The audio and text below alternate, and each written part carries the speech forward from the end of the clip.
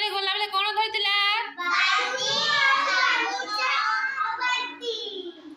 ବିଲେଇ ନାନୀ କୋଉ କଲର ଶାଢ଼ୀ ପିନ୍ଧିଥିଲା?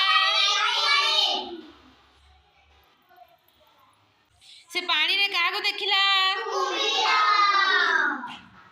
କୁମ୍ଭୀରକୁ ଦେଖିଲା। ତାପରେ କ'ଣ ହେଲା?